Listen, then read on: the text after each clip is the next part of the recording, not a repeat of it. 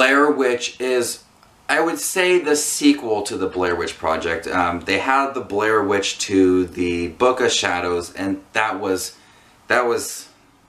something. And I actually would consider this movie, The Blair Witch, to be the sequel to the Blair Witch Project, which was released in 1999 and was a very effective film. I didn't think it was the best movie ever, but the way that it was filmed and just the overall feel of the movie was really effective. And so we got a sequel many years down the road where the character James is looking for his sister Heather, who was actually in the first Blair Witch Project movie, and he finds this footage on YouTube, messages the person like, hey, that might be my sister in here, show me where you found this camera. So he meets up with the person and they search for where they found this footage, and hopefully he can find his sister or some kind of confirmation that her sister was actually in this woods where the Blair Witch Project took place. And what we get is a very generic found footage horror film with some unsettling images at the end of the movie. Unfortunately, the Blair Witch does feel like a very generic found footage horror film.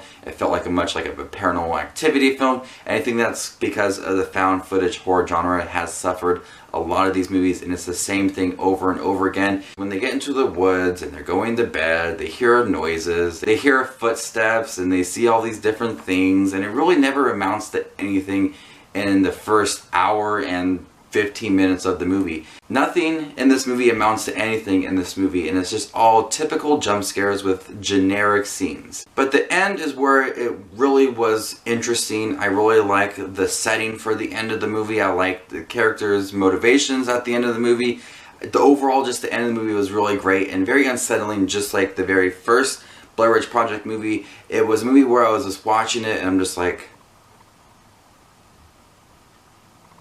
because definitely there were some creepy scenes throughout, scenes where you had to focus something in the background, and those scenes are really effective to me. But everything previously was just so generic and been there, done that. And I just couldn't get into the movie, but the last part of the movie really saved it and made me kind of creeped out. And for that, I'm going to give The Blair Witch a C-. The end is just the best part, but I just need more, like, throughout. I just don't want to be sitting there like for an hour and 15 minutes and then the last 10 minutes be like, okay, cool.